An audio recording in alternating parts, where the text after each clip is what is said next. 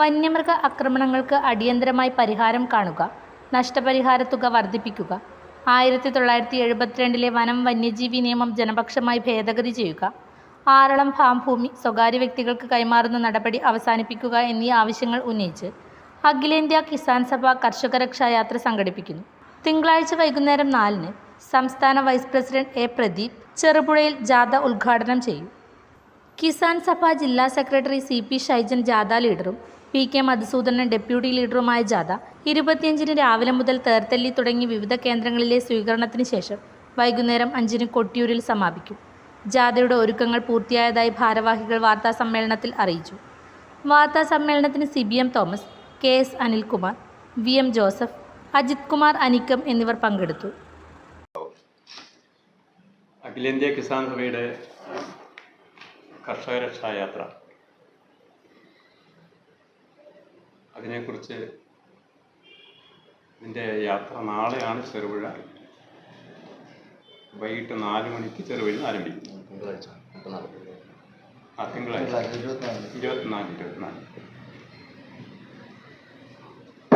അതിൽ ഉദ്ഘാടനം ചെയ്യുന്ന നമ്മുടെ കിസാൻ സഭയുടെ സംസ്ഥാന വൈസ് പ്രസിഡന്റ്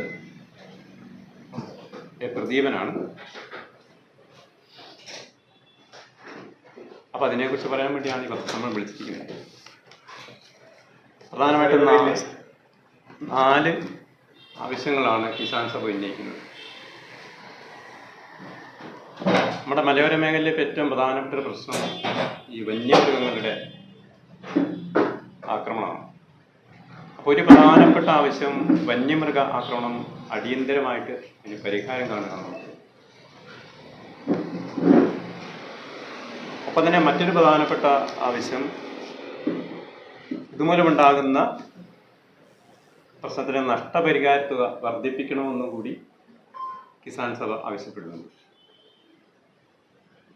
പിന്നെ മറ്റൊന്ന്, നമ്മുടെ വന്യജീവി നിയമം 1972 സെൻട്രൽ ഗവൺമെൻറ്, അന്നത്തെ ഇന്ദിരാഗാന്ധി ഗവൺമെൻറ് കൊണ്ടുവന്ന കിസാൻ സഭ ആവശ്യപ്പെടുന്നത് 1972 വനം വന്യജീവി നിയമം ജനപക്ഷമായി ഭേദഗതി ചെയ്യുക എന്നുള്ളതാണ്. ജനങ്ങൾക്ക് അനുകൂലമായിട്ട് അതിനെ ഭേദഗതി ചെയ്യുക. മറ്റൊരാവശ്യം ആറളം ഫാം ഭൂമി സ്വകാര്യ വ്യക്തികൾക്ക് കൈമാറുന്ന നടപടികൾ അവസാനിപ്പിക്കണം എന്നുകൂടി കിസാൻ സഭ ഈ യാത്രയുടെ ഭാഗമായിട്ട് ആവശ്യപ്പെടുന്നു. ഇങ്ങനെ 4 പ്രധാനപ്പെട്ട ഡിമാൻഡ്സാണ് കിസാൻ സഭ മുന്നോട്ട് വെക്കുന്നത്. 24 വൈകിട്ട് 4 മണിക്ക് ചെറുപുഴയിൽ കിസാൻ സഭയുടെ സംസ്ഥാന വൈസ് പ്രസിഡന്റ് എ. പ്രദീപ് ഉദ്ഘാടനം ചെയ്യും.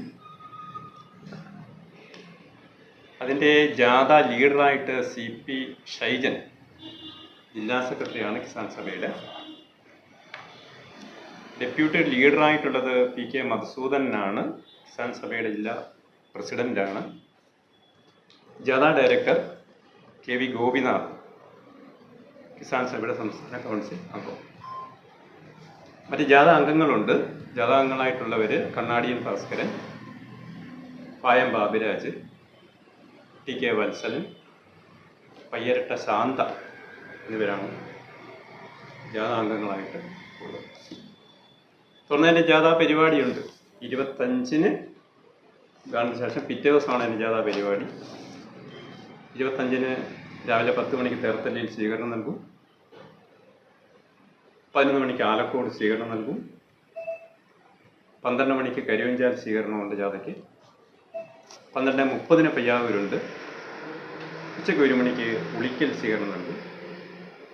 3 മണിക്ക് കീഴ്പള്ളിയിൽ സ്വീകരണം നൽകും. വൈകിട്ട് 4 മണിക്ക് കണിച്ചാറിൽ സ്വീകരണം ഒരുക്കിയിട്ടുണ്ട്. 5 മണിക്ക് കൊട്ടിയൂർ നീണ്ടുനോക്കിയിൽ അവിടെ സമാപനമാണ്. സമാപനത്തിൽ KT ജോസ്, KP കുഞ്ഞികൃഷ്ണൻ, ഷിജിത്ത് വായനൂർ എന്നിവർ അവിടെ പ്രസംഗം നടത്തുകയും ചെയ്യും. ഇതാണ് ഈ രക്ഷായാത്രയുടെ ഒരു കാര്യമെന്ന രീതിയിൽ നമുക്ക് നിങ്ങളോട് പറയാനുള്ളത്. മറ്റു കാര്യങ്ങൾ എന്തെങ്കിലും ഉണ്ടെങ്കിൽ, നമ്മുടെ കർണാടക വനത്തോട് ചേർന്നുള്ള കേരളത്തിൻ്റെ വനപ്രദേശങ്ങൾ മലയോര മേഖലയിലാണ് ഈ ജാഥ സംഘടിപ്പിക്കുന്നത്. നമുക്ക് നന്നായിട്ട് അറിയാം, നമ്മുടെ പ്രദേശം ചെറുപുഴ പോലും വന്യമൃഗങ്ങളുടെ കടുത്ത ഭീഷണി നേരിടുന്ന സ്ഥലമാണ്. നമ്മുടെ അടുത്ത് തന്നെയുള്ള തിരുമേനിയിൽ കഴിഞ്ഞ കാലങ്ങളിൽ കാട്ടുപന്നിയുടെ ആക്രമണത്തിൽ ഒരാൾ മരണപ്പെടുക പോലും ഉണ്ടായിട്ടുണ്ട്. ഏത് ഗവൺമെൻറ് ആയാലും അതിന് അടിയന്തരമായി പരിഹാരം കാണണമെന്നാണ് അഖിലേന്ത്യാ കിസാൻ സഭ ആവശ്യപ്പെടുന്നത്. ഇതിൽ സംസ്ഥാന ഗവൺമെൻറ്, കേന്ദ്ര ഗവൺമെൻറ് എന്നുള്ള വിവേചനമൊന്നും കർഷകർക്ക് ഇല്ല. നാട്ടിലെ കർഷകരുടെ സ്വത്തിനും ജീവനും സംരക്ഷണം നൽകണമെന്ന് തന്നെയാണ് കിസാൻ സഭ മുമ്പോട്ട് വെക്കുന്നത്. അതിന് ആവശ്യമായ നിയമനിർമ്മാണം അത് പുനഃപരിശോധിക്കേണ്ടതുണ്ടെങ്കിൽ പുനഃപരിശോധിക്കണം, മാറ്റേണ്ടതുണ്ടെങ്കിൽ മാറ്റണം, പുതിയ നിയമങ്ങൾ കൊണ്ടുവരേണ്ടതുണ്ടെങ്കിൽ കൊണ്ടുവരണം. അത് സാധാരണ ജനങ്ങൾക്ക് ഉതകുന്നതായിരിക്കണം എന്നതാണ് കിസാൻ സഭ മുമ്പോട്ട് വെക്കുന്ന അജണ്ട.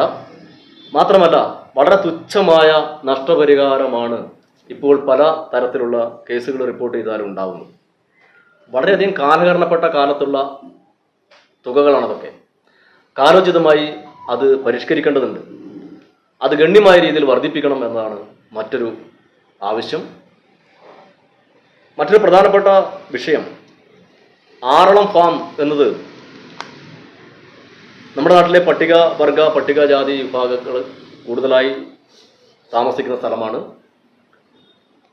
അവർക്ക് കൃഷി ചെയ്ത് ജീവിക്കാൻ പറ്റുന്ന ഒരു സാഹചര്യമാണ് അവിടെ ഉണ്ടായിരുന്നത്. അത് സ്വകാര്യ വ്യക്തികൾക്ക് നൽകുന്നത് വഴി ആ വിഭാഗത്തിൽപ്പെട്ടവരോടുള്ള കടുത്ത അനീതിയും അത് സ്വകാര്യ വ്യക്തികൾക്ക് മറ്റു തരത്തിലുള്ള ഗുണകരം ഉണ്ടാക്കുന്ന രീതിയിൽ ദീർഘകാല പാട്ടത്തിൽ കൊടുക്കുന്നത് ഒരു തരത്തിലും അംഗീകരിക്കാൻ പറ്റില്ല എന്ന നിലപാടാണ് കിസാൻ സഭയ്ക്കുള്ളത്. അത് വളരെ ശക്തമായി തന്നെ ഈ സമര പരിപാടിയിലൂടെ ഞങ്ങൾ മുമ്പോട്ട് വെക്കുകയാണ്. വന്യമൃഗ ആക്രമണം തടയുന്നതിന് സംസ്ഥാനത്തും നല്ല രീതിയിലുള്ള നിയമനിർമ്മാണം നടത്തണം.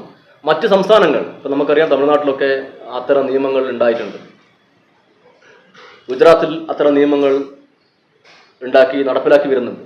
അതൊക്കെ ജനങ്ങൾക്ക് ഗുണകരമാകുന്ന രീതിയിലാണ്. 3 കിലോമീറ്റർ ചുറ്റളവിൽ വനത്തോട് ചേർന്നുള്ള സ്ഥലങ്ങളിൽ വന്യമൃഗങ്ങൾ കണ്ടാൽ അവയെ വെടിവെക്കാനുള്ള ഉത്തരവ് അല്ലെങ്കിൽ ഇത്തരം നിയമങ്ങൾ തമിഴ്നാട്ടിലേക്ക് നടപ്പിലാക്കി വരുന്നുണ്ട്.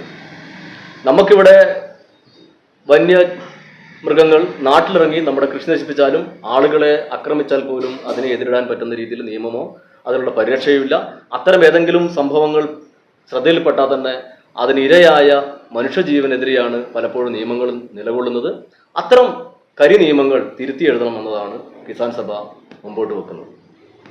നേരത്തെ പറഞ്ഞ പോലെ 1972 പതിറ്റാണ്ടുകൾക്ക് മുമ്പാണ് ഇതുമായി ബന്ധപ്പെട്ട ഒരു നിയമം ഉള്ളത്. അത് കാലോചിതമായി പരിഷ്കരിക്കേണ്ടതുണ്ട്. നമ്മുടെ മലമ്പ്രദേശങ്ങളിൽ നിന്ന് ആളുകൾ കൂട്ടത്തോടെ പലായനം ചെയ്യുകയാണ്. ആ സ്ഥലങ്ങളൊക്കെ വന്യമൃഗങ്ങൾ കയ്യേറുകയാണ്. നമുക്ക് തന്നെ അറിയാം, നമുക്ക് ചുറ്റുമുള്ള സ്ഥലങ്ങൾ ചൂരപ്പുടവ്, അതുപോലെ പാറോത്തുനീറിൻ്റെ പ്രദേശങ്ങൾ, കുറിച്ചാക്കുന്ന്, അതുപോലെ കൊട്ടത്തലച്ചി മലയുടെ ഭാഗമായിട്ടുള്ള പ്രദേശങ്ങളിൽ നിന്നും ഇപ്പോൾ ആളുകൾ താമസമില്ല. അവരുടെ കൃഷിയൊന്നും തന്നെ അവർക്ക് സംരക്ഷിക്കാൻ പറ്റുന്നില്ല.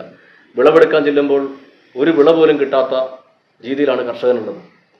അപ്പോൾ സ്വാഭാവികമായിട്ടും അയാൾ അവിടുന്ന് താമസം മാറുകയും കൃഷി ഉപേക്ഷിക്കേണ്ട ഗതിയിലേക്ക് വരികയും ആ കൃഷി ഉപേക്ഷിക്കപ്പെട്ട കൃഷി സ്ഥലങ്ങൾ പോലും വനമായി മാറുന്ന അവസ്ഥയിലേക്ക് കാര്യങ്ങൾ എത്തിയിട്ടുണ്ട്. മറ്റ് പല തരത്തിൽ വന്യമൃഗങ്ങൾ നാട്ടിലേക്ക് ഇറങ്ങുന്നതിന് പലവിധ കാരണങ്ങളുണ്ടാകാം. അതിൻ്റെ ഒന്നും കാരണങ്ങൾ ഈ പാവപ്പെട്ട കർഷകനല്ല എന്നതാണ് യാഥാർത്ഥ്യം. അതുകൊണ്ട് അതിൻ്റെ എല്ലാം ഉത്തരവാദിത്വം കർഷകന്റെ മുകളിൽ വെച്ച് ചാർത്തുന്ന രീതിയിലുള്ള നിയമനിർമ്മാണങ്ങൾ പരിഷ്കരിക്കണമെന്ന് തന്നെയാണ് കിസാൻ സഭ മുന്നോട്ട് വെക്കുന്നത്. നമ്മൾക്ക് സഹ പറഞ്ഞ പോലെ നമ്മൾക്ക് മലയോര മേഖലകളിൽ നമ്മളിപ്പോൾ പൂർണ്ണമായിട്ടും വിജന പ്രദേശങ്ങളായി മാറിക്കൊണ്ടിരിക്കുകയാണ്. പട്ടണ പ്രദേശമായ ചെറുപുഴയുടെ 1 കിലോമീറ്റർ ചുറ്റളവിൽ പോലും വന്യമൃഗങ്ങളെ കൂടി ജീവിക്കാൻ പറ്റാത്ത അവസ്ഥ വന്നിരിക്കുകയാണ്. അപ്പം ഞങ്ങൾ മെയിനായിട്ട് ആവശ്യപ്പെടുന്നതാണ്, നമ്മൾ പ്രാക്ടിക്കലായിട്ട് ചിന്തിച്ച് തമിഴ്നാട് ചെയ്തു പോയിരിക്കുന്ന പോലെ വനപ്രദേശത്ത് നിന്ന് 3 കിലോമീറ്റർ പരിധിയിൽ ഒരു വന്യമൃഗങ്ങൾ വരികയാണെങ്കിൽ അതിനെ വെടിവെച്ച് കൊല്ലാനുള്ള പെർമിഷൻ നിങ്ങൾ കർഷകർക്ക് കൊടുക്കുക. ഇല്ലെങ്കിൽ നമ്മൾ എല്ലാ കാര്യങ്ങൾക്കും അന്യ സംസ്ഥാനങ്ങളിലെ നമ്മൾ ആശ്രയിച്ച് ജീവിക്കേണ്ട അവസ്ഥ ഏറ്റവും സമീപ ഭാവിയിൽ വരാൻ പോവുകയാണ്. അത് സർക്കാർ മനസ്സിലാക്കുക. ഈ കർഷകരെ ഏറ്റവും പെട്ടെന്ന് അവരെ കാർഷിക വൃത്തിയിലേക്ക് തിരിച്ചു കൊണ്ടുവരാനുള്ള നടപടികൾ സ്വീകരിക്കുക. അവരിപ്പം നിരാശരായിട്ട് ആ സ്ഥലങ്ങൾ കൈയൊഴിഞ്ഞ് മാറി അത് വന്യമൃഗങ്ങൾ കൈയേറി അത് പെരുകി നാട്ടിലേക്ക് വന്ന് ചേക്കേറി കഴിഞ്ഞു. ഇത് ഗവൺമെൻറ് ശ്രദ്ധയിൽ ഏറ്റവും പെട്ടെന്ന് കൊണ്ടുവരിക, അതിന് വേണ്ട സത്വര നടപടികൾ സ്വീകരിക്കുക. അതാണ് ഞങ്ങൾക്ക് പറയാനുള്ളത്.